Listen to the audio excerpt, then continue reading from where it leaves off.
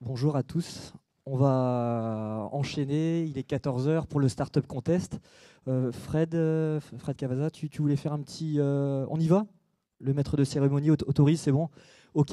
Donc je suis Sébastien Lecorfec de la West Web Valley. Donc c'est un accélérateur pour startup. Christelle et Sabrina m'ont demandé d'être le président du jury. Et pour que vous vous situiez bien les différentes personnes du jury, je vais demander à chacun du coup de se présenter. Daniel. Tu m'avais pas dit qu'il fallait qu'on se présente? Donc bonjour, moi c'est Daniel Gergès. Donc aujourd'hui je travaille chez Sedge. Je suis en train de créer toute la nouvelle génération d'applications mobiles chez Sedge et auparavant j'ai créé 2 entreprises. Et voilà pour moi. Bonjour à tous, moi je me prénomme Laurent Legac, je représente KPMG pour Lorient et Vannes, où on accompagne beaucoup de startups et on a une spécialité dans l'innovation. C'est pour ça qu'on est là. Voilà. Bonjour, Morgane Ravalec, je suis responsable de l'agence SMAC, qui est une agence conseil en marketing et communication. Bonjour, moi je suis Régis Leganec, je suis le directeur de l'agence MBA Multimédia à Rennes et on est spécialisé dans la création de sites web créatifs et innovants depuis 17 ans. Bonjour, je suis Cédric Williamson, je suis le PDG de Keywatch et Keywatch propose une solution de vidéosurveillance sur IP qui est commercialisée en ligne et ma société est basée à Nantes. Ok, on va enchaîner rapidement parce qu'on a 1 heure pour ce Startup Contest. Le principe, c'est 10 minutes pour chaque start-upper et ensuite vont suivre 1 à 2 questions du jury essentiellement. Et donc le premier start-upper, c'est Affinity Engine. Donc du coup, c'est Stéphane Leroy et c'est un moteur de recommandation affinitaire pour e-commerce. Exactement.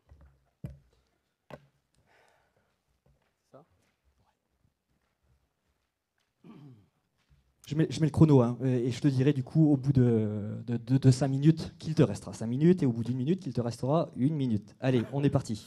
Bonjour, donc je suis Stéphane Leroy et je suis associé et directeur technique d'Affinity Engine.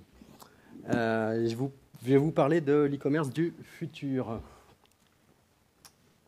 Ah, ça ne fonctionne pas. C'est le bouton principal peut-être. Ça ne fonctionne toujours pas. Le voilà. Le web, c'est fantastique, on l'a vu ce matin. Le web, par contre, c'est gigantesque. On l'a aussi vu ce matin. C'est plusieurs milliards de pages. C'est 250 ans de vidéos sur YouTube. C'est des centaines de milliers de produits sur les plus grosses boutiques. Vous m'entendez ? Stéphane, j'ai l'impression que forcément, ta voix, tu t'adresses à nous. Adresse-toi à l'ensemble de la salle. Tu veux le... Donc je vous disais que le web était fantastique et gigantesque. Le web, il est gigantesque, mais beaucoup trop pour moi, en fait. J'ai besoin de solutions pour m'aider. Et pas seulement moi, on a tous besoin de solutions pour nous aider. Quand on va sur Internet, on trouve toujours la même chose. Que je m'appelle A, que je m'appelle B, on trouve toujours la même chose sur tous les sites Internet. On trouve les meilleures ventes. Alors quand je dis site Internet, site e-commerce. On trouve les meilleures ventes, on trouve les promotions, on trouve le déstockage. Toujours la même chose. Ce que je cherche, c'est ce qui me correspond, ce que je souhaite. Pour trouver, aujourd'hui, je dois chercher, je dois trier, je dois comparer, je dois passer du temps. C'est pas possible. J'ai besoin de trouver rapidement ce qu'il me plaît, ce qui me parle, ce qui me correspond. Et ça, je veux le faire maintenant, tout de suite. Je ne veux pas attendre. Affinity Engine personnalise le web. Notre idée, c'est de donner des informations personnalisées. Affinity Engine personnalise le web e-commerce, les sites e-commerce. Et notre première offre, en fait, s'appelle Affinity Items. Donc, c'est une solution e-commerce de recommandation personnalisée. Notre idée, vous proposer les contenus que l'internaute attend. Car chacun de vos clients est différent et il faut lui proposer l'offre qu'il attend. On identifie le meilleur de votre offre à mettre en avant sur votre site en fonction de l'internaute et au moment où l'internaute se connecte. Donc, il a une meilleure expérience, il a une expérience personnalisée. On en a un meilleur taux de transformation, on a des ventes complémentaires, on a une meilleure fidélité, puisqu'on trouve ce qu'on veut trouver tout de suite. Comment ça fonctionne ?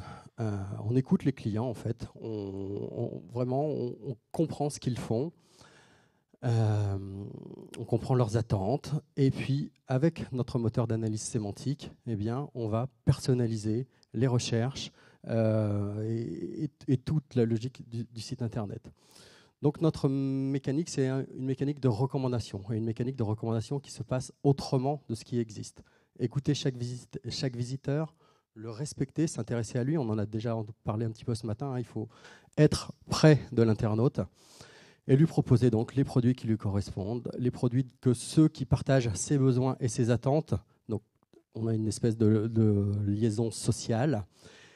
Et aussi, on lui propose de la sérendipité, des produits qu'il n'a pas encore découverts. L'idée, c'est que dans cette proposition de sérendipité, dans cette proposition de découverte associée, elle soit quand même en correspondance avec lui. Ce n'est pas juste de la découverte au hasard. C'est une découverte, on va dire, à son écoute. Et notre mécanique, elle est adaptative.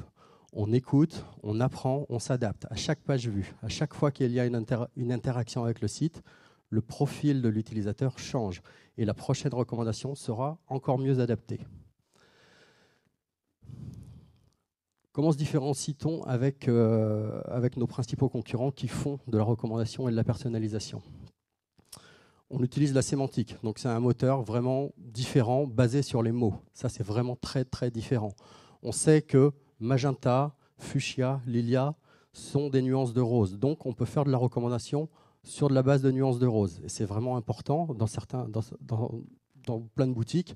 Quand je vais voir une robe, si j'ai vu un sac fuchsia ou un foulard lilas avant, c'est bien de me proposer une robe dans les tons roses. Peut-être qu'elle ne sera même pas décrite comme rose, mais elle sera décrite comme couleur églantine, par exemple. Notre matching affinitaire respecte l'individualité. On n'a pas de segmentation. Chaque internaute, en fait, est son propre segment. Ça, c'est vraiment aussi très, très important. Notre moteur est aussi un moteur de découverte. On propose des nouveautés en correspondance toujours avec l'internaute. Et notre moteur apprend de manière permanente.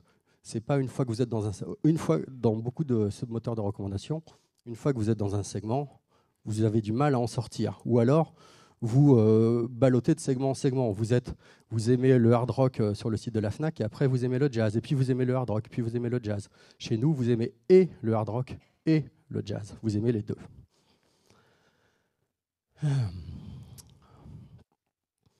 Donc, comment ça se concrétise sur votre site internet ? Eh bien, ce sont des mises en avant personnalisées sur la home page. On va proposer les produits que l'internaute attend sur la home page. On va proposer des résultats de recherche sur mesure. Si quelqu'un cherche des chaussures rouges, c'est facile à trouver dans un moteur de recherche.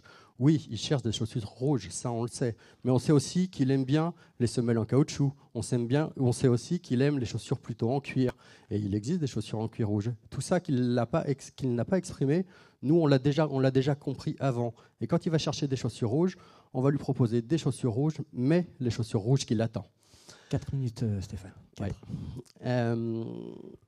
Quand vous arrivez sur les pages de catégories, vous arrivez sur un site de vente d'accastillage, par exemple, et puis vous arrivez sur la page des boots, donc des cordes, si vous préférez. Vous arrivez sur la page des boots, et puis vous avez qu'un dériveur. Ce qui serait intéressant, c'est de vous proposer les boots qui correspondent aux dériveurs, et pas les boots qui correspondent aux croiseurs, qui sont beaucoup plus gros et beaucoup plus chers. Ce n'est pas ceux qui vous intéressent. On sait que vous aimez le dériveur, eh bien, on va vous proposer des boots qui correspondent aux dériveurs. Alors, le dériveur, c'est un exemple. On peut aussi savoir que vous aimez que les boots en Kevlar, parce que vous faites de la voile sportive ou en millage. Non, en Kevlar. Vous aimez que les boots avec une âme en Kevlar. Eh bien, on va vous proposer des boots avec une âme en Kevlar dans le monde du dériveur.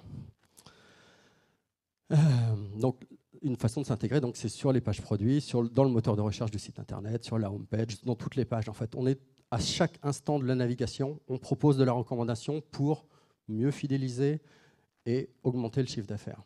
Donc on le fait à partir de toutes les informations qu'on arrive à collecter sur l'internaute. L'information passée, il est déjà venu sur le site, on sait déjà qu'il est venu sur le site, il a déjà fait des commandes, il a déjà fait des achats ou il a juste fait des paniers. On collecte toute cette information et dès qu'il vient, on sait qu'il est là, on sait le reconnaître parce qu'il a un identifiant qui est un identifiant unique qui correspond à cette personne.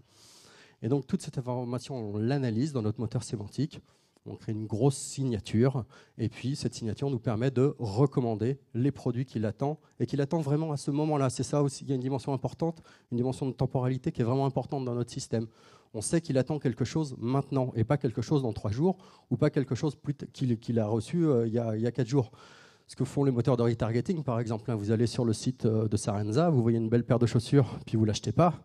On va vous la proposer pendant 10 jours. Ça, ce n'est pas très intéressant. Notre mécanique ne fait pas ça. Elle va comprendre que la paire de chaussures ne vous intéresse pas. Ou alors que vous l'avez déjà acheté, ce que ne fait pas le retargeting. Et tout ça se fait en temps réel. C'est-à-dire que vous faites un clic, vous faites une interaction, on le sait tout de suite et on a déjà intégré ça dans votre profil et on est disponible pour la prochaine recommandation, pour la prochaine page. Donc, l'offre Affinity Items, elle est facile à installer. C'est un système en mode SaaS, donc ça tourne sur notre plateforme, dans notre cloud privé.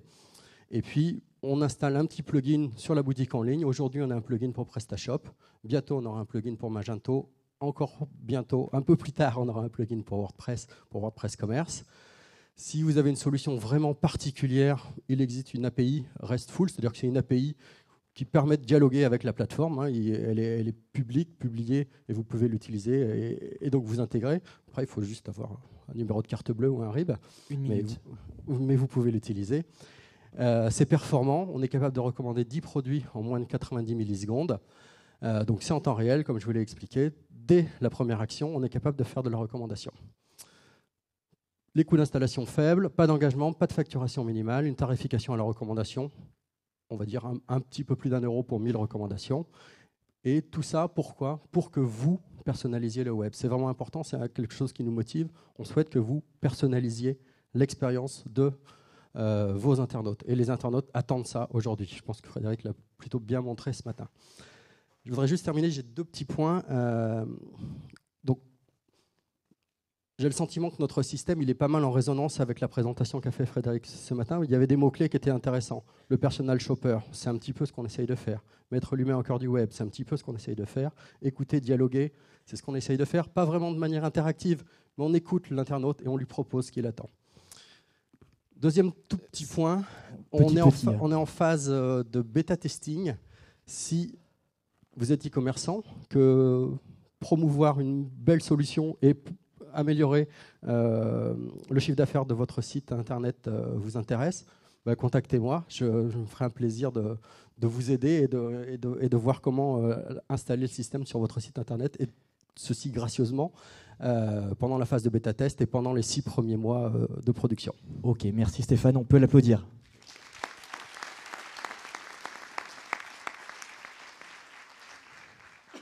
Donc, 1 ou 2 questions du jury. Alors, qui veut commencer ? Moi, j'en ai une au cas où.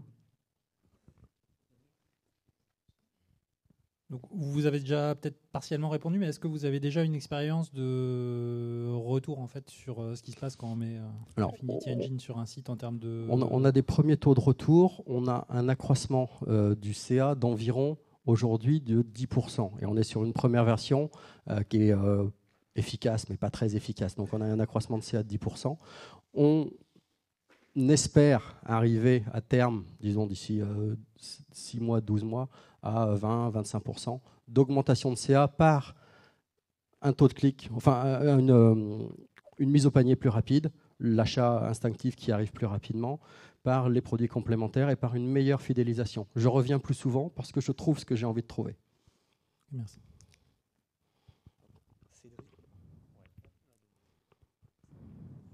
Qu'est-ce que vous avez comme référence aujourd'hui concrète? Vous en avez déjà une qui est mise en œuvre sur un site précis? On est en train de... Non, pas encore. On est en phase de discussion avec différents clients tests. On est en phase de finalisation de notre projet de développement. On a une version alpha qui est sortie il y a un petit peu plus d'une semaine.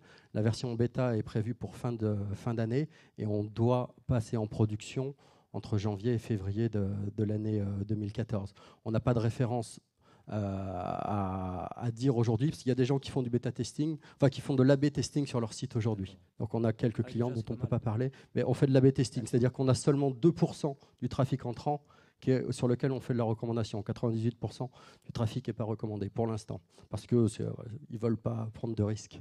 Ouais. Ok, super. Merci beaucoup Stéphane. Merci.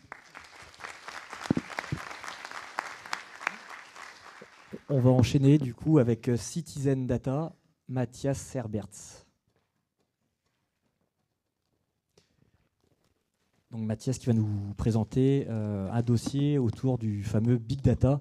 Il va démystifier tout ça, je pense.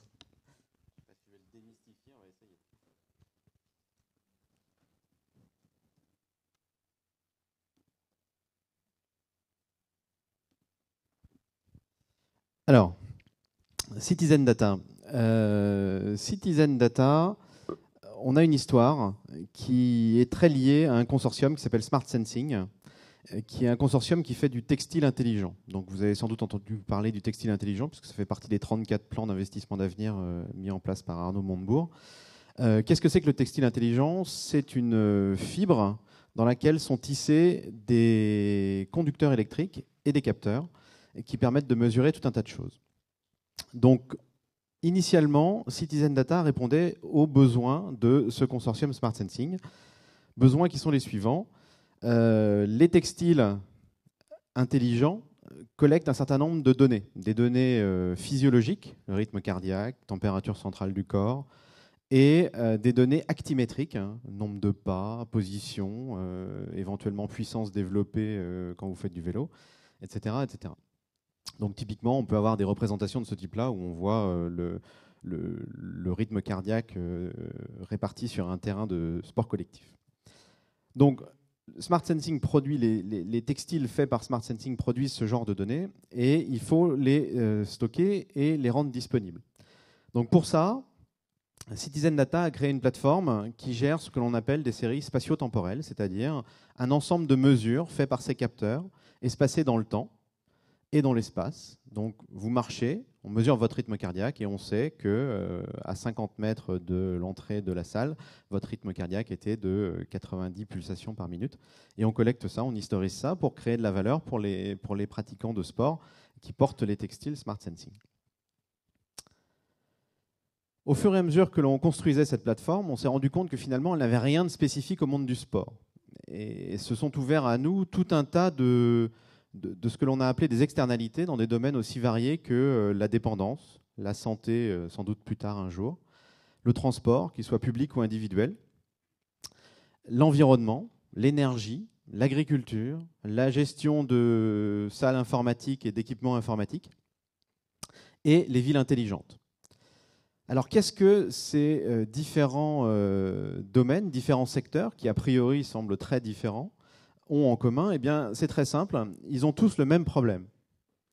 Alors, quel est ce problème?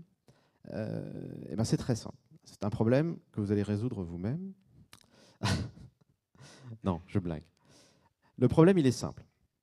La majorité de ces acteurs réfléchissent beaucoup sur les devices. Donc, ils imaginent des bracelets. Là, vous avez un bracelet qui a récemment fait une campagne sur Indiegogo et qui a levé 300 000 $ avec un objectif initial de 100 000, qui est un capteur qui va mesurer tout un tas de choses, votre rythme cardiaque, votre température, le taux d'hydratation, etc., et qui vous donnera accès à ces données pour en faire quelque chose. Donc il y a énormément de réflexion au niveau des devices, au niveau des capteurs.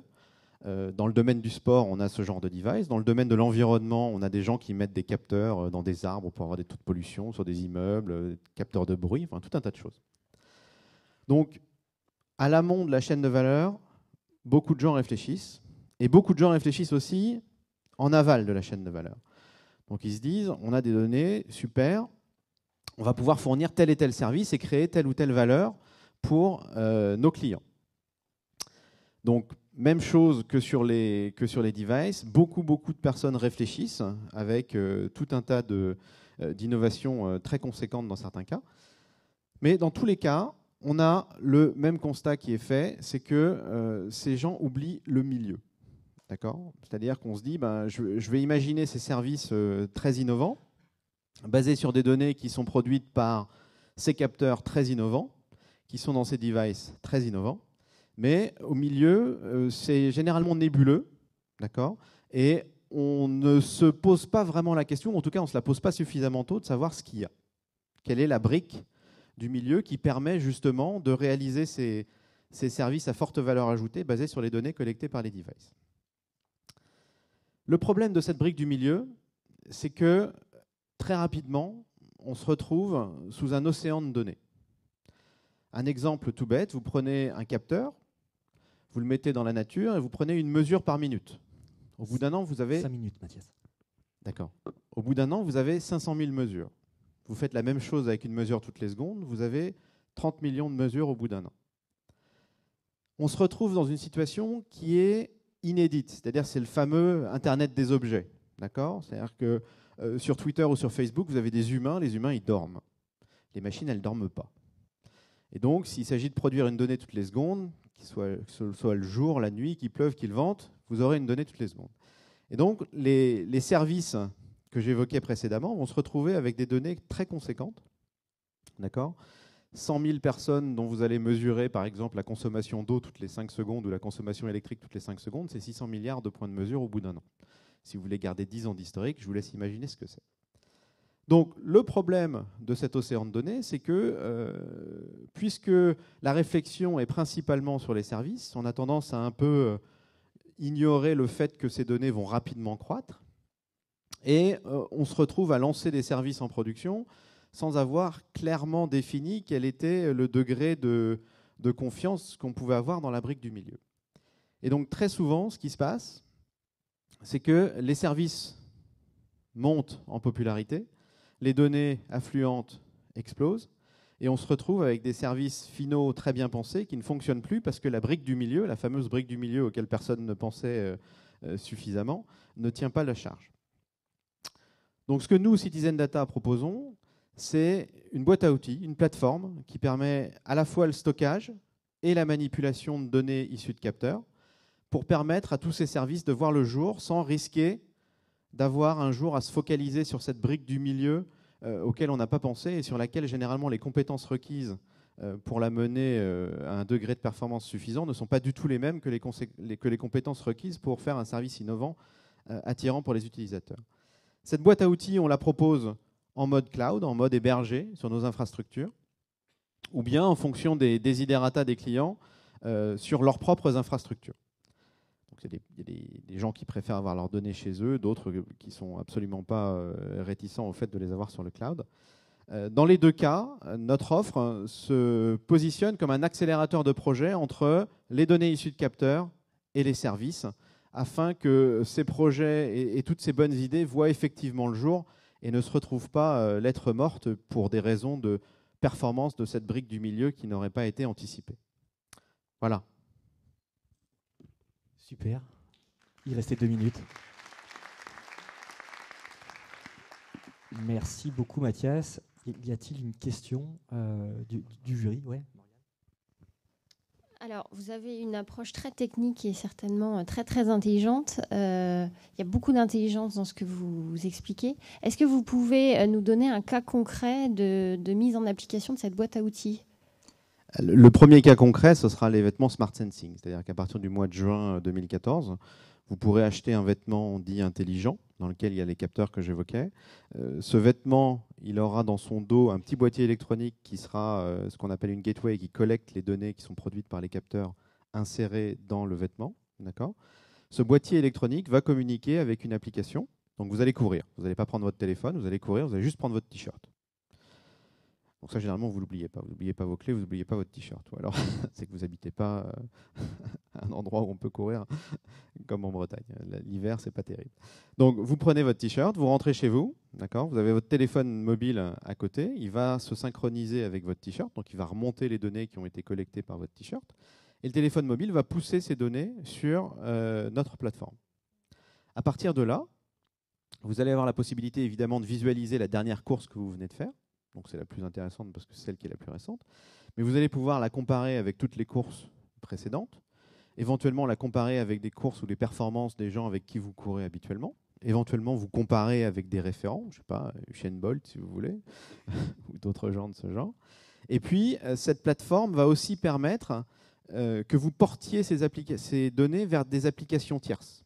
D'accord ? Peut-être que demain, vous allez avoir quelqu'un qui vous dit moi, si vous êtes capable de m'apporter votre rythme cardiaque sur 6 mois de course, je peux vous dire plein de choses sur votre état de santé, je peux vous dire plein de choses sur comment est-ce que vous devriez organiser votre séance de course pour que vous soyez plus performant, que vous soyez moins fatigué, que vous soyez plus efficace dans votre objectif qui est peut-être de gagner de la masse musculaire, de perdre du poids, enfin j'en sais rien.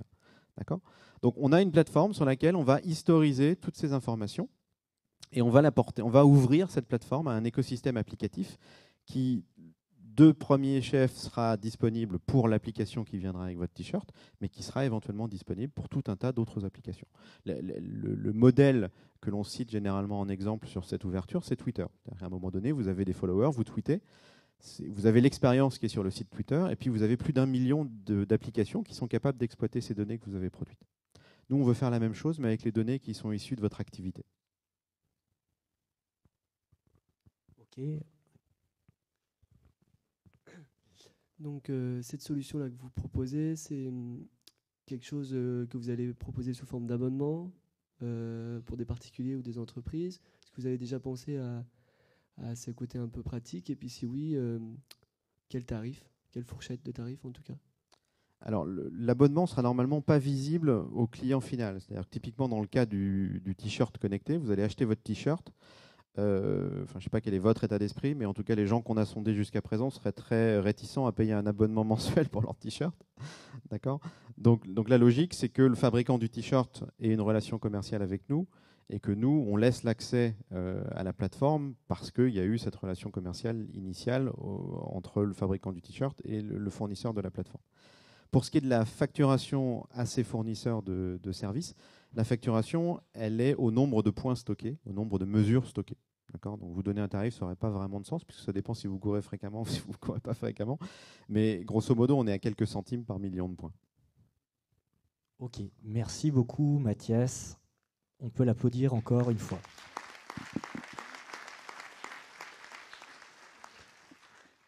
On va enchaîner du coup avec Eliga, qui est une start-up du coup rennaise. Là, on a eu une start-up brestoise avec Mathias et Affinity. Je crois que c'est du côté du Morbihan, ouais, si je dis pas de bêtises. Ok, on est parti.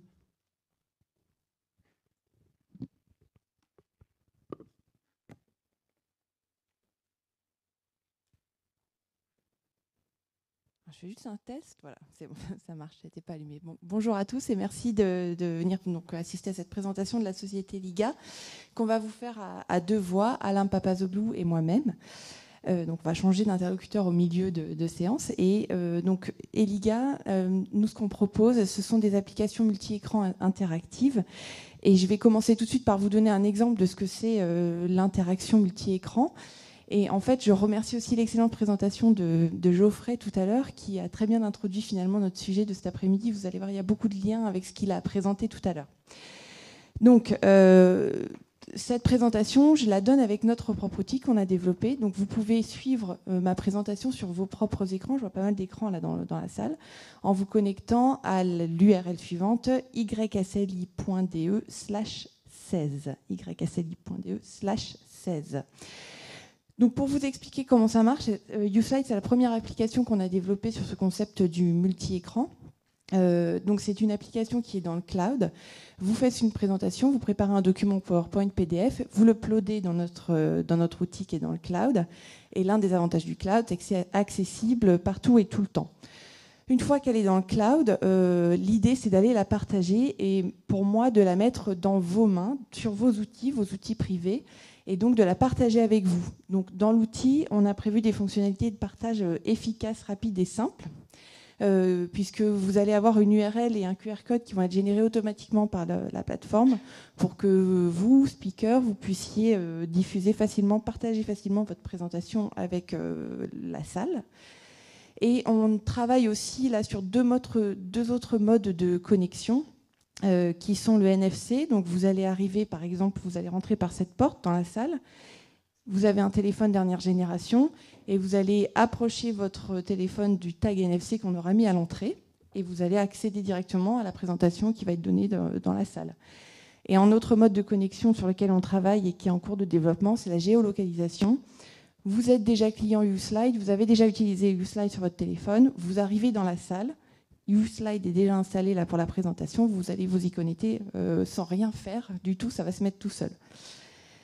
Une fois que j'ai proposé mon contenu et que je vous l'ai mis dans vos propres mains, l'idée vraiment de notre outil, c'est d'aller chercher de l'interaction et d'amener le plus possible d'engager la communication entre moi, speaker qui suis sur la salle très loin de vous, et vous, pour que vous puissiez venir vers moi aussi. Donc là, l'idée, c'est que quand je diffuse mes présentations, elles diffusent en même temps sur vos propres écrans. Alors, je peux utiliser mon téléphone portable pour faire cette option de télécommande ou n'importe quel écran qui soit connecté, mon PC, ma tablette. Et on a travaillé aussi pour utiliser les objets connectés toute dernière génération, Google Glass et montres connectées, pour faire ce mode pilotage télécommande. Et il y a une quinzaine de jours, on a donné une conférence sur Rennes où je pilotais l'application avec les Google Glass. Et donc, pour passer les slides, je faisais du swipe comme ça sur les lunettes. Et pour faire ça, on a travaillé avec AMA, qui sont experts sur les Google Glass. Ils sont aussi à Rennes. C'est des voisins, donc on travaille avec nos voisins. Voilà. Et donc, j'ai un peu avancé tout à l'heure. Je vous parlais de l'interaction. Donc, c'est là que c'est vraiment intéressant, puisque dans l'outil, on a prévu que le speaker puisse interpeller son auditoire, donc vous, au travers de votes, questions, quiz ou sondages, pour essayer de dynamiser un peu cette présentation et d'aller vous chercher en fait vous, pour essayer de recueillir votre avis ou un sondage, une satisfaction sur ce qui vous est montré. Et vous, dans le même temps et en temps réel, vous allez pouvoir m'interpeller aussi et je vais pouvoir recueillir vos remarques ou vos questions qui vont soit être modérées, c'est-à-dire je vais pouvoir les lire moi de mon côté et puis vous les traiter au fur et à mesure ou en fin de conférence, ou alors diffuser si on veut être en mode non modéré, diffuser comme le bandeau qu'on voit sur BFM TV où c'est dans l'air, pour ceux qui regardent la télé à cette heure-là. Voilà, donc vraiment le côté interaction, c'est là-dessus qu'on a vraiment accentué le produit, interaction sur le multi-écran. Alors, en résumé, l'application USlide, c'est un espace de stockage qui rend vos présentations accessibles partout tout le temps, une diffusion en multi-écran, de l'interaction entre la personne qui est sur la scène et puis où je vais vous expliquer tout à l'heure sur quel type de marché on propose ça, c'est pas uniquement sur une scène comme ça. Et cette interaction qui aura eu lieu entre vous et moi, on l'archive. Parfait, on l'archive et on va pouvoir ensuite la conserver. Donc ça, c'est très intéressant quand on est dans le mode réunion, dans une entreprise par exemple, pour avoir du contenu, du travail collaboratif, d'archiver tout ce qui aura été produit comme contenu au moment de la réunion. Donc à qui est-ce qu'on propose ça? Au monde de l'événementiel, comme aujourd'hui, pour les séminaires et les conférences, aux entreprises, les réunions, je vous en ai parlé, et aussi aux flottes de commerciaux qui sont répartis sur le terrain et qui vont chez les clients. Donc avec notre solution USlide, ils arrivent, ils posent leur tablette et ils ont leur téléphone et ils pilotent la présentation sans avoir à se mettre sur l'écran de leur prospect. Et alors dans le monde de la formation, ils sont très intéressés par ce genre d'outils pour faire ce qu'on appelle du présentiel enrichi et dynamiser les cours d'amphi, par exemple, de fac, où il n'y a pas forcément le même nombre d'élèves au début de l'année qu'à la fin. Et donc, c'est un outil qui les intéresse pour essayer de réduire un peu les distances entre l'enseignant et les apprenants, changer de paradigme, rendre l'apprenant mobile dans son cours, et essayer d'aller chercher des groupes ou des personnes d'apprenants pour les faire interagir. Alors nous aussi, on est en phase bêta, donc je vous invite très fortement à venir essayer notre bêta en bêta privée en vous inscrivant sur uslide.net et on vous créera un accès avec grand plaisir. Alors je vais maintenant passer la main à Alain Papazoglou qui va vous présenter le concept de la société de manière plus générale et ce vers quoi on veut aller dans les années à venir.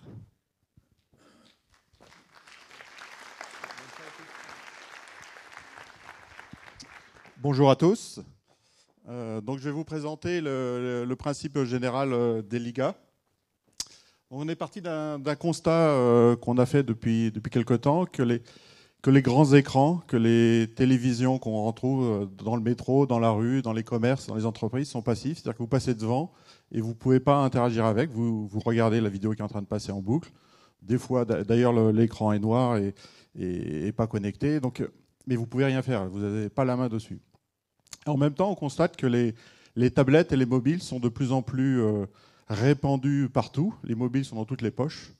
Donc on s'est dit qu'il y avait quelque chose à faire.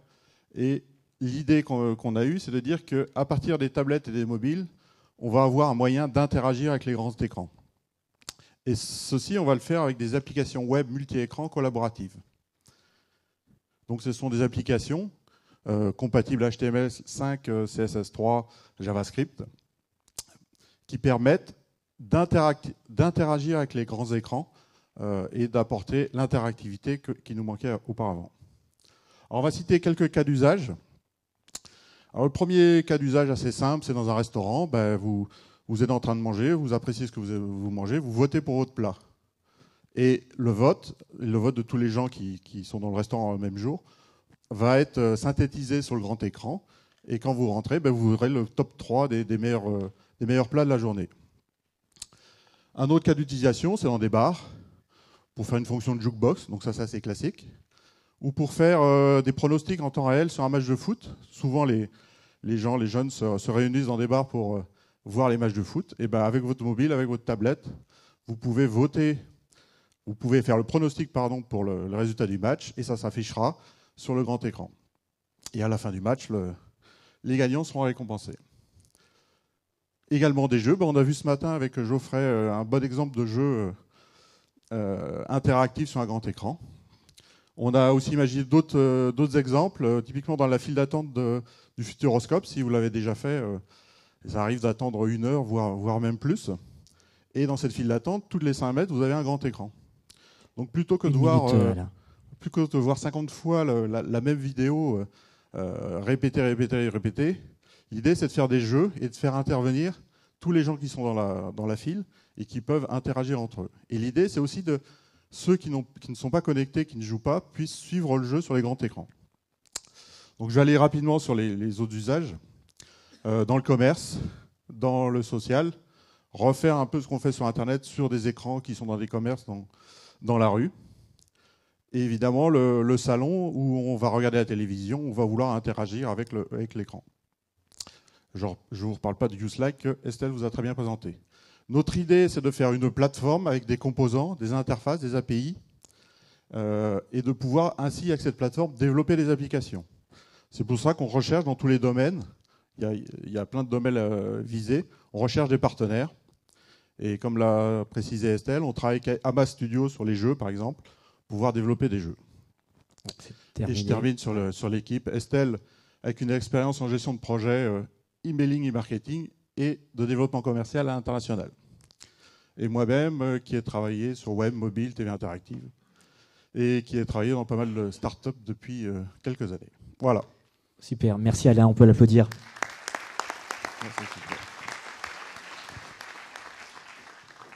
Alain et Estelle, première question pour moi. Comment allez-vous faire pour vous faire connaître tous ces produits-là, la stratégie commerciale de tout ça? Alors, on a prévu différentes étapes pour faire connaître notre produit. Donc, on est parti là sur une première étape de bêta, en bêta privée, et on y invite les gens qui nous sont relativement proches professionnellement pour recueillir. On travaille en ligne, on développe en ligne. Je ne sais pas si c'est un concept que vous connaissez, mais l'idée, c'est de mettre le plus rapidement possible le produit dans les mains de l'utilisateur pour recueillir, pour avoir son retour qui vaut de l'or pour nous qui développons des produits, pour être sûr qu'on développe dans la bonne direction. et qu'on ne va pas se tromper dans 6 mois à sortir un produit qui ne va être pas du tout adapté à ce que les gens attendaient. Donc cette première phase de bêta, qu'on va élargir dans un second temps avec une deuxième phase plus large en bêta 2. Et au niveau commercial, on fait déjà des démarches, des rendez-vous clients. On a beaucoup de démarches sur le monde de l'enseignement supérieur sur notre coin pour l'instant, à Rennes. Et puis sur le monde de l'événementiel et de l'expérience de mobilité que j'expliquais tout à l'heure, où il y a pas mal de commerciaux sur les VRP. Donc c'est une démarche qui est déjà entamée et on est plutôt content de voir que ça mord. Voilà. Ok. Moi j'avais juste une question par rapport à la bande passante. Ça doit manger un peu de bande passante. Est-ce que vous optimisez un peu le flux ? Alors l'idée, oui, effectivement, c'est un problème typiquement dans une réunion comme aujourd'hui où il y a potentiellement 50 ou 100 personnes. Alors on essaye effectivement d'optimiser le flux sur les images qu'on va mettre dans les mobiles et les tablettes de chacun. Mais on travaille aussi avec les opérateurs. Typiquement, on a travaillé avec Bouygues Télécom et Orange pour voir comment la 4G peut permettre de favoriser ces usages, ces nouveaux usages. On est là vraiment sur des nouveaux usages qu'on découvre, qu'on ne connaît pas au départ et qu'on découvre en expérimentant, d'où le lead startup qui est très important parce qu'on ne sait pas a priori comment ça va fonctionner, comment les utilisateurs vont réagir. Mais effectivement, c'est une problématique qu'on souhaite résoudre avec la 4G. Et une petite question, est-ce que vous avez protégé YouSlide ? Alors l'idée générale, elle n'est pas protégeable en tant que telle. YouSlide... on ne l'a pas protégé au jour d'aujourd'hui. On a fait une enveloppe solo néanmoins avec l'INPI et voilà. Ok, super. On va passer du coup à l'avant-dernière startup. Merci beaucoup à vous deux. Merci à tous.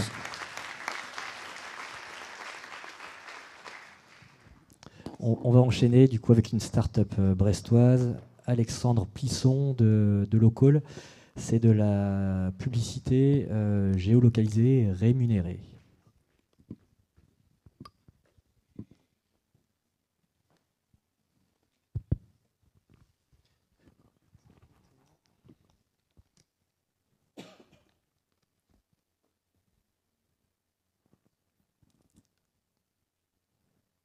Ça va fonctionner, on est confiant. Super. Allez, c'est parti. Bonjour à tous. Donc, Local est un service de publicité géolocalisé dont le développement a commencé fin d'année dernière et qui est accéléré à la West Web Valley depuis 6 mois. Le principe est le suivant. Donc, des commerçants vont venir se connecter à notre interface d'administration et indiquer où se trouve leur point de vente sur une carte. Ils vont ensuite définir des zones autour de leur point de vente. Et en parallèle, on a des mobinautes qui vont avoir téléchargé au préalable l'application Local. Dans 2 slides, je vous explique pourquoi ils vont et vous allez télécharger l'application Local. Quand ils vont rentrer dans les zones telles qu'elles ont été définies par les commerçants, ils vont automatiquement recevoir une publicité de la part de ce commerçant via leur application mobile. Donc on a d'un côté les commerçants et d'un côté les mobinautes. Les mobinautes qui ont un smartphone iOS ou Android, ça représente actuellement 30% de la population totale. Sur une agglomération comme Lorient, ça représente 64 000 personnes. Donc il y a 3 axes les concernant. Tout d'abord, on vient de le voir, c'est la géolocalisation. En effet, si je suis au centre-ville de Lorient, c'est toujours plus intéressant pour moi de recevoir une annonce commerciale d'un commerçant qui est en centre-ville plutôt qu'un commerçant qui est en périphérie, et inversement. Donc ça, c'était l'idée de départ. Et puis après, on s'est dit, c'est bien, mais la publicité actuellement, on la subit, quoi. Que ça soit dans la boîte aux lettres physique, elle déborde tous les jours de publicité papier, dans la boîte aux lettres électronique, avec les publicités sollicitées ou le spam. Donc il faut trouver quelque chose pour inverser la tendance et passer de la publicité subie à la publicité demandée. Et le moyen qu'on a trouvé, c'est de vous donner de l'argent, en fait. Donc en fait, on va intéresser les mobinautes et ainsi partager le gâteau du revenu publicitaire. Concrètement, comment ça se passe ? Donc vous allez recevoir une notification sur votre smartphone, comme avec une annonce du Monde, par exemple. Vous allez déverrouiller votre iPhone, vous allez trouver cette annonce, par exemple, pour un magasin parisien. Vous allez avoir 2 boutons en bas, un pouce levé et un pouce baissé, donc qui correspondent à « j'aime » ou « j'aime pas » cette annonce. Le fait de lire et noter cette annonce va vous donner 10 centimes. Si vous allez plus loin et que vous passez le pas de la porte du commerçant pour aller scanner un QR code, on va quadrupler vos points et vous allez gagner 4 points, donc 40 centimes. Et donc, quand le mobinote va avoir 200 points, on lui fait un virement bancaire de 20 €. Donc c'est un virement bancaire, c'est pas un chèque fidélité ou un chèque cadeau, c'est du cash et il en fait ce qu'il veut. Donc voilà, donc ça c'était les deux principes de départ avec lesquels on est arrivé à l'accélérateur. Quelques semaines après notre arrivée, on a fait une étude de marché histoire de valider notre modèle. Et on a appris quelque chose de cette étude de marché, c'est que 78% des gens accepteraient de recevoir de la publicité, même si elle n'est pas géolocalisée, même s'ils ne sont pas rémunérés, uniquement si elle correspond à leur centre d'intérêt. Donc nous, c'est quelque chose qu'on n'avait pas du tout vu, et donc on s'est empressé de rajouter dans les applications mobiles une partie pour pouvoir sélectionner divers centres d'intérêt. Voici quelques captures d'écran. On retrouve sur l'avant-dernière là-bas donc la liste des centres d'intérêt qui évolue avec le temps en fonction des demandes. Donc le mobinote va pouvoir choisir s'il est plutôt restauration ou plutôt automobile. Sur la gauche de cette capture, donc un écran d'inscription qu'on a voulu très simple afin qu'il n'y ait pas de frein à l'inscription. Tout à droite, on retrouve la jauge avec le nombre de points qu'a le mobinote avec l'objectif des 200. Et c'est cette partie-là qui va se débloquer pour demander le RIB du mobinote pour lui faire le virement. Et tout à gauche, donc, on retrouve la page annonce, la vue annonce, avec une image qui prend une bonne moitié de la page pour être dans la mouvance type Pinterest ou Instagram, donc où c'est très visuel, et avec les raccourcis téléphone, itinéraire et partage sur les réseaux sociaux. Le mieux, si vous voulez encore mieux la voir, c'est de la télécharger et de vous inscrire, bien évidemment. Et d'un autre côté, on a les commerçants. Donc les commerçants, ça représente à peu près en France 600 000 commerces de proximité, 2000 franchiseurs et distributeurs, et environ 100 régies publicitaires et presse quotidienne régionale. Tout ça pour un budget de 750 € annuel, en moyenne. Alors quel est l'intérêt pour le commerçant ?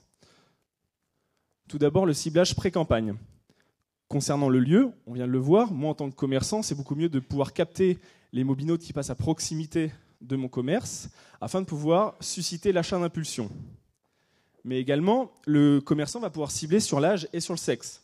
Ça va faire cliché, mais on peut très bien imaginer qu'un salon de coiffure pour dames va pouvoir plutôt cibler les femmes de, 35-50 ans, et un concessionnaire auto, ça fait encore cliché, mais plutôt les hommes cinquantenaires. Ensuite, la campagne va se dérouler. 5 minutes, Alexandre. Et du coup, on voit que d'un côté, dans l'application mobile, on voit si le mobinote a aimé ou n'a pas aimé l'annonce, et on a son profil. Donc on va mélanger tout ça, et on va restituer aux commerçants l'indication comme quoi, par exemple, les trentenaires sont plutôt réceptifs à mon annonce, plutôt les personnes de tel point de vente sont plutôt sujettes à se déplacer dans mon commerce. Donc voilà, on va lui restituer ces données. Comment le call est commercialisé ? Alors déjà, concernant le tarif, le prix indicatif de l'annonce lue, notée et ou scannée en magasin est de 99 centimes hors taxe. Concernant le fonctionnement, on a un fonctionnement type AdWords. C'est-à-dire que soit les commerçants vont passer par un réseau de distributeurs, et donc passer par lui pour s'inscrire et créer des campagnes, soit il va pouvoir se connecter à notre site internet, s'inscrire et créer ses campagnes publicitaires en autonomie.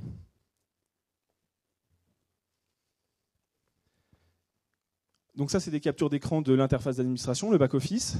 Avec au centre, c'est la page d'accueil, avec l'histogramme des dernières campagnes, avec le nombre d'annonces lues et le taux de satisfaction. En bas, on voit les widgets avec le nombre d'annonces qui restent dans la campagne, les news du réseau local. Tout à gauche, on retrouve l'écran qui permet de créer des campagnes, qu'on a voulu très très simple, en 4 étapes, où, quand, quoi, combien.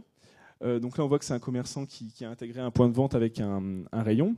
Et tout à droite, donc on voit assez mal, c'est en fait la liste de tous les mobinotes, donc avec leur âge, leur sexe, s'ils ont été jusqu'en magasin, et le point de vente et l'heure.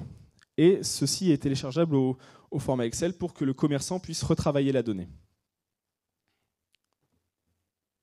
Concrètement, le call, c'est quoi ? Donc c'est, pour récapituler, donc en fait, c'est 2 sites de présentation. Un site de présentation mobinote et un site de présentation pour les commerçants, avec 2 URL différentes, avec 2 langages différents pour 2 besoins différents. C'est ensuite les applications mobiles iOS ou Android. Une page de partage sur les réseaux sociaux dont je n'ai pas encore parlé et qui permet en fait aux utilisateurs de l'application mobile local de pouvoir partager une annonce qui les intéresse avec leur communauté Facebook, Twitter. ou même par SMS. Et donc en fait, c'est des pages qui ne sont pas indexées et qui permettent juste de transmettre l'information aux non-utilisateurs de Local. Et nous, on en profite pour faire un petit laïus sur Local pour expliquer ce que c'est. L'interface d'administration pour les commerçants, mais il y a une partie également pour les commerciaux et les distributeurs qui leur permet de créer des clients et gérer toute la facturation. Et enfin, un dernier élément dont je n'ai pas encore parlé, c'est l'application universelle iPhone-iPad pour les commerçants. En fait, ça permet aux commerçants, depuis leur smartphone, de créer une campagne publicitaire. Typiquement, je suis horloger, je viens de recevoir je sais pas, la nouvelle montre à la mode. J'ai juste à prendre mon smartphone, je prends une photo de la nouvelle montre, je rédige mon petit texte et automatiquement l'annonce part vers les mobinotes utilisant Local. Donc voici pour nous contacter, pour nous suivre sur les réseaux sociaux. Et voilà, encore une fois, je vous encourage à télécharger l'application et à essayer. Merci Alexandre.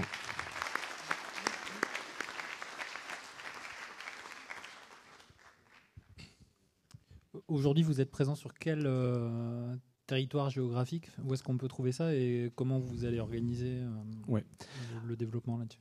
Alors en fait, pour l'instant, on est uniquement présent à Brest, parce qu'on est originaire de Brest, c'est là où est le réseau des personnes qui nous entourent et de nous-mêmes. En fait, Brest nous sert un peu encore une fois, à valider le modèle, à pouvoir faire nos essais, améliorer le workflow pour le processus Mobinote jusqu'à la démarche de l'acte d'achat. Voilà, donc, et après, donc, on va se servir de notre réseau de distributeurs pour justement mailler le territoire et pouvoir se développer dans d'autres villes. Mais pour l'instant, c'est uniquement sur Brest.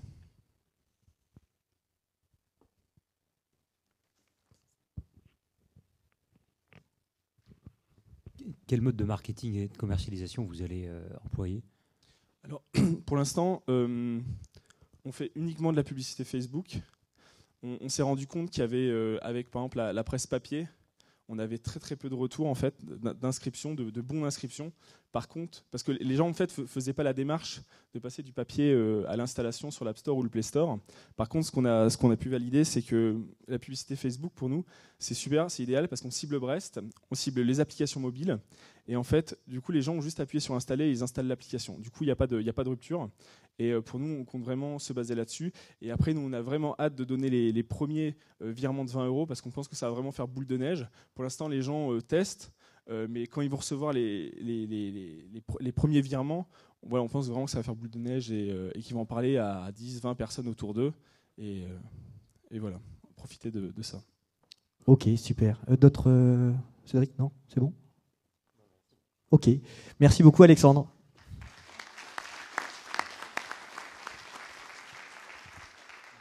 On va enchaîner avec la dernière start-up. La dernière, c'est Wizard avec Daniel Neveu. C'est une plateforme de jeux touristique géolocalisée. Start-up rennaise, il me semble. Ah, mince, raté.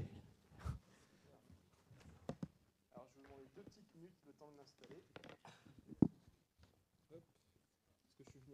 C'était Van. Du coup, vous êtes vanté, c'est ça? Tout le monde m'entend? Apparemment, oui. Non, Pleuhermel. Bon. Alors, qui c'est qui... Bon, tout le monde sait où c'est Pleuhermel, ça va? C'est bon. Je m'installe, juste 2 minutes. Merci. Donc, après cette présentation, donc le jury va se réunir donc pendant 10 petites minutes. Du coup, de votre côté, au niveau du public, vous allez pouvoir aller faire une petite pause. Et au bout des 10 minutes, justement, vous revenez et on aura eu le temps de délibérer. Pour préciser les enjeux de Startup Contest, il y a 5 000 € à gagner. Donc du coup c'est de l'argent, vraiment du liquide. Il y a un accompagnement de KPMG, c'est bien ça, pour les deux premiers, hein, c'est bien ça. Un accompagnement de SMAC aussi pour les 2 premiers. Du côté de Keywatch, il me semble qu'il y a aussi un... Tu peux nous préciser la dotation? Un abonnement et une caméra pour les 2 premiers. Ok, et puis il y aura aussi un communiqué de presse qui va partir, donc aussi pour les 2 premiers, par rapport à tous les partenaires, donc tous les institutionnels et puis les acteurs privés, avec notamment nous aussi avec la Western Valley, on a des emailing de masse assez costauds. Est-ce que tu es prêt?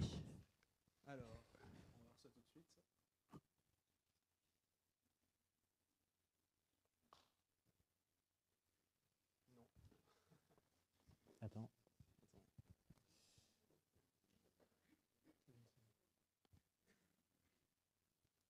C'est bon? Allez, super. 10 minutes, c'est parti. Bonjour à tous. Alors bon, je m'appelle Daniel Neveu, je suis gérant d'un studio multimédia sur Pleuhermel qui s'appelle Domino Studio. Bon, pour me résumer, moi, j'aime bien jouer, j'aime bien les vacances, j'aime moins travailler, mais j'adore les vacances, vraiment. Et pendant les vacances, ce que j'aime surtout faire, c'est m'amuser. Et j'adore les endroits assez insolites, les endroits chargés d'histoire, avec des châteaux, avec là où on se sent vraiment immergé dans une histoire, dans une légende, dans un conte.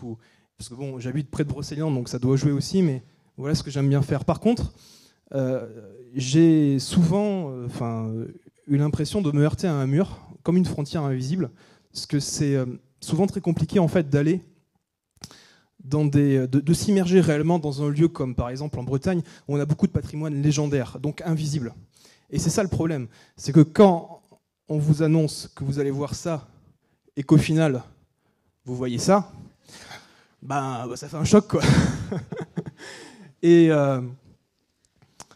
je ne suis pas tout seul à penser ça. Bon, je fais partie de la génération Y, on a vu tout à l'heure un petit diapo dessus. La génération Y qui est née avec le Club Dorothée, qui adore jouer aux jeux vidéo, qui a toujours Facebook dans sa poche, qui vit dans l'immédiat, qui aime en résumé garder un petit peu le contrôle sur la vie comme il le garde dans un jeu vidéo. Et je ne suis pas tout seul. Je ne suis pas tout seul parce que la génération Y, c'est 12 millions de personnes en France, 70 aux États-Unis, 200 en Chine, 200 millions de personnes en Chine. C'est aussi une génération qui est vachement copiée par vous, les plus vieux, parce que vous aussi, vous aimez, grâce à nous, jouer aux jeux vidéo, jouer aux smartphones, etc. Et d'ailleurs, en France, on a 80 millions de touristes étrangers qui viennent chaque année, avec pour principal centre d'intérêt le patrimoine, et qui ont des exigences très poussées, comme nous, en termes de géolocalisation, en termes d'interactivité, en termes de contenu. Et je me suis vachement retrouvé dans ces gens-là. Donc du coup, j'ai fait un peu le tour pour savoir ce qu'attendent ces 110 millions, je vous passe le calcul, de personnes. Et qu'est-ce qu'on nous propose en fait? Donc les expériences les plus intéressantes, c'est surtout celles qui sont vécues à l'aide d'un conteur, d'un guide qui vous fait vraiment vivre l'histoire et le conte de l'intérieur, mais bon, on n'a pas encore autorisé le clonage humain et c'est compliqué de cloner les guides pour satisfaire un petit peu tout le monde, surtout en 100 millions d'exemplaires.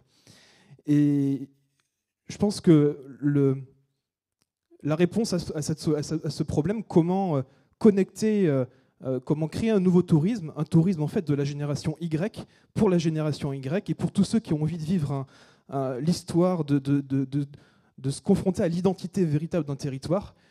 Je pense que le numérique se pose là. Et bon, le numérique, c'est qu'un outil. Qu'est-ce qu'on en fait? Donc, j'ai pensé à un système, un jeu qui s'appelle Wizard, et qui est basé sur la gamification. Alors, la gamification du tourisme, c'est quoi? C'est, en deux mots, prendre les codes et les règles des jeux vidéo et l'appliquer au tourisme, tout simplement. C'est pour ça que tout à l'heure, j'ai marqué sur la première page, c'est comme World of Warcraft, mais en vrai. Et c'est vraiment ça, quoi. Moi, ce que j'aimerais, c'est justement m'immerger dans un monde comme ça, où je peux croiser dans Brocéliande vraiment des vrais personnages. Que tout à l'heure, la pierre que je montrais, en fait, c'était le tombeau de Viviane. Alors voilà, donc moi, je veux voir le tombeau de Viviane avec, peut-être pas Viviane en dessous, mais au moins quelque chose de plus spectaculaire que juste 3 pierres qui se tiennent debout avec une canette de bière qui a été oubliée la veille. Et voilà comment ma vision du tourisme, voilà comment elle se situe, en s'aidant en fait des codes des jeux vidéo. Alors Wizard, c'est une histoire aussi, ça se sert de l'histoire de toute la France. ça, avec un background, une couche de background un petit peu, steampunk, avec deux clans qui s'affrontent. Donc on a les wizards, justement. Les wizards, ou plutôt, je vais commencer par les méchants, parce que c'est plus simple. On a les méchants, ça s'appelle les Alterac. Les Alterac, ils ont pour mission de dominer le monde, si possible dans une extrême violence, mais jamais très, très sournoisement. C'est-à-dire qu'eux, ils vont s'occuper plutôt de modifier le cours du temps pour modifier le présent. Parce que tout le monde a vu Retour vers le futur, c'est bon. Et des méchants, donc ça s'appelle forcément des gentils. Les gentils, c'est les wizards. Les wizards, ils ont une capacité assez exceptionnelle. Merci Apple. 5 minutes. C'est de voir en fait à l'intérieur, c'est de voir le passé au travers d'une petite fenêtre virtuelle qui s'appelle un abysse. Voilà, c'est le nom que j'ai donné à ça pour, disons, le démystifier un petit peu. Alors, comment ça se passe? Quand vous allumez Wizard, vous arrivez sur une carte de départ. Donc là, c'est des mock-ups. Hein. Oui. Cette carte représente les différents lieux qui sont à votre proximité, puisque c'est géolocalisé, et vous allez avoir accès à des audioguides 3D. Et je vais vous montrer ce que c'est. Donc là, bon. Hop. Stop.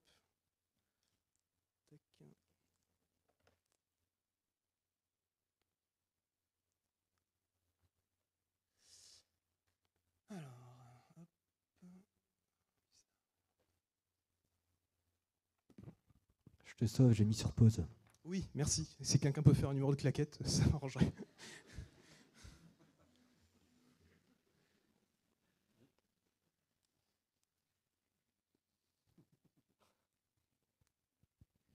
Cool, ça marche. Alors, donc c'est pas Concoré, c'est plus Hermel, mais peu importe, personne ne l'aura remarqué.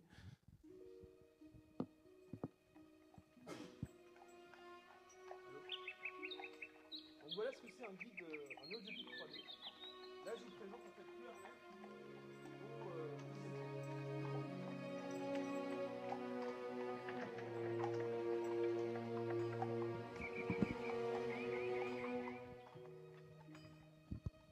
Voilà. Alors. Ouais, c'est pas encore ça. Donc, on avance en fait comme dans un jeu vidéo. Et voilà ce que ça donne. C'est une reconstitution fidèle de Plouermel. On a utilisé vraiment le cadastre officiel de l'époque. On a des points d'intérêt comme par exemple ici l'hôtel des Ducs. On a des points d'intérêt comme l'hôtel des Ducs. Si on clique dessus, on a toute une sonorisation qui va se mettre en place avec des personnages qui vont se balader. Là, c'est une version bêta. Elle est disponible déjà sur Internet par contre. On t'entend pas trop là. D'accord, excusez-moi. Donc je disais, les petits points qui sautillent, ce sont des points d'intérêt. C'est-à-dire c'est généralement des bâtiments qui existent à cette époque et qui sont reconstitués dans l'environnement passé. D'accord ? Donc on clique dessus, on a justement un audio guide qui se met en route, qui raconte l'histoire du lieu, etc. On a aussi plusieurs points d'intérêt. Si je trouve la souris, elle est où ? Ici. Voilà. Donc je passe. C'est aussi disponible sur iPad. D'ailleurs, c'est fait pour iPad. Hop. Je quitte. Sinon, je vais me faire rattraper par le temps. Très bien, impeccable. Voilà. Alors bon, c'est disponible sur iPad aussi. Donc voilà un petit peu, une fois que vous avez cliqué sur votre lieu de départ, qu'est-ce qui se passe ? Donc vous allez sur le guide 3D où vous allez avoir un donneur de quête. Donc la quête va vous amener, on va prendre par exemple un exemple rapide. À Plouermel, on a la revue de Lost qui va se passer dans 2 jours. Lost, c'est une armée si vous voulez. Et la population a peur parce qu'il n'y aurait peut-être pas assez de Kunyaman pour accueillir tout Lost. Il y a une cargaison de beurre qui devait arriver sur la route du beurre. La route du beurre, c'est un truc qui a vraiment existé parce que toutes les quêtes sont faites vraiment sur des faits réels et légendaires qui sont vraiment liés au lieu, à l'identité du lieu. Et vous allez pouvoir suivre cette quête avec donc toutes les étapes qui vont bien, avec le personnage qui vous a donné la quête, les différentes étapes, une géolocalisation et puis les différents lieux à parcourir pour compléter cette quête. Donc, je passe rapidement dessus du coup. Il y a aussi, et c'est là où ça devient intéressant, c'est que, En fait, la technologie s'efface assez dans Wizard. Quand vous êtes sur le terrain, l'idée, c'est de vous passer au maximum du smartphone ou de la tablette. Donc pour compléter vos quêtes, pour compléter les actions, ce qu'on va faire, c'est simplement scanner des QR codes pour capturer pour désamorcer les pièges des Alterac, ou pour capturer des petites bestioles, ou pour capturer des pièces d'or qui ont été laissées en géolocalisation sur le terrain. Très bien. Et voilà comment je conçois en fait le tourisme de la génération Y. C'est quelque chose qui est connecté, mais qui doit aussi quand même savoir s'effacer pour laisser place à l'humain. Et dans le genre laisser place à l'humain, voici ce que peut donner aussi Wizard dans sa version ultime, c'est-à-dire le GN. Là aussi, le GN, c'est une activité, je vais passer rapidement dessus, mais c'est ça. C'est en se basant sur des faits réels, on peut reconstituer ce genre de rencontres, ce genre de scènes.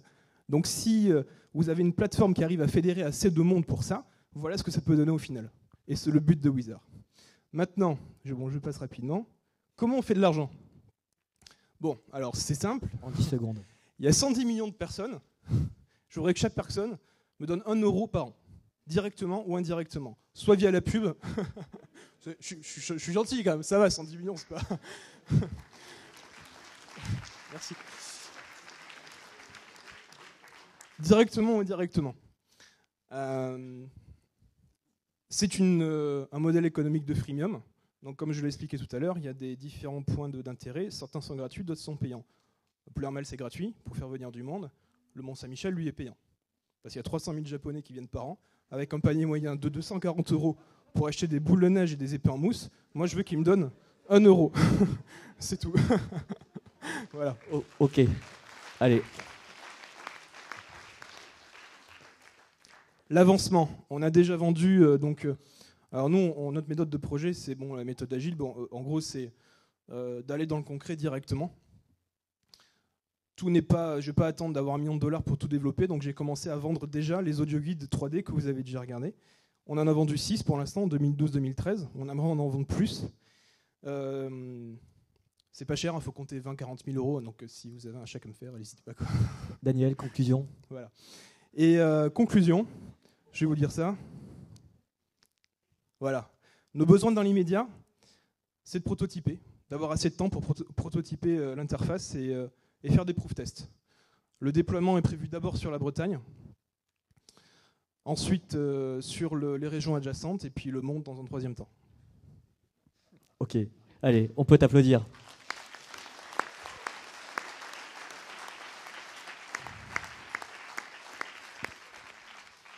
Merci. Alors, j'ai bien compris le contexte économique, qui a l'air plein d'avenir. Mais est-ce que c'est à destination que des particuliers ou vous comptez faire interagir justement les collectivités territoriales, les offices de tourisme, les mairies, surtout dans le pays de Brocéliande par exemple ? Exactement. C'est pour ça que j'ai appelé ça une plateforme, c'est-à-dire que dessus il y a plusieurs couches d'acteurs. Donc les particuliers qui sont effectivement la couche d'utilisateur final. Mais c'est aussi une plateforme qui veut fédérer tous les acteurs les professionnels du tourisme. Aussi bien les hébergeurs, aussi bien les restaurateurs que ceux qui proposent des activités. Dans les quêtes, on a par exemple de l'acrobranche, on a du kayak, on a aussi parcourir la voie verte à vélo. Donc c'est des choses très variées. C'est en gros faire avec l'existant, emballer l'existant dans un autre monde. Voilà, ça c'est la puissance de Wizard. C'est rendre des endroits qui peuvent paraître d'un ennui colossal dans un monde et le transformer en un monde fantastique et coloré. Ok. Une autre question du jury ? Et donc il y a pas mal aussi de... Enfin bon, il faudrait détailler, mais le business model s'attaque aussi à ces couches-là. Oui, oui, je voulais juste savoir un truc. Donc, tu les as vendus à des collectivités. Est-ce que tu sais combien de personnes ont joué en fait là sur, par exemple, 2013 ? Non, parce que ça a été activé en avril pour l'instant, donc ils vont attendre un an avant de savoir vraiment. Mais bon, après, c'est des collectivités qui ont aussi des limites budgétaires. Donc bon, en gros, il y a 6 iPads qui sont distribués dans les offices de tourisme. Là, disons que c'est vraiment un proof test sur un panel test. On ne va pas essayer de chercher la masse, quoi.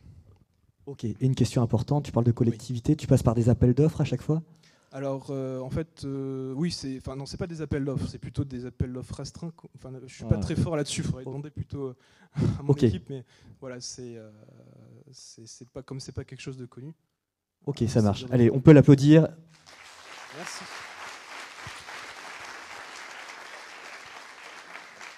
Du coup, je vous propose de faire une petite pause. Je crois qu'il y a des bouteilles d'eau à côté, c'est ça, Christelle ? Et les bonbons en bas aussi. Il y a plein de bonbons. Il nous faut à peu près 10 minutes pour débriefer. Et puis vous revenez, on fera un petit appel. Merci beaucoup.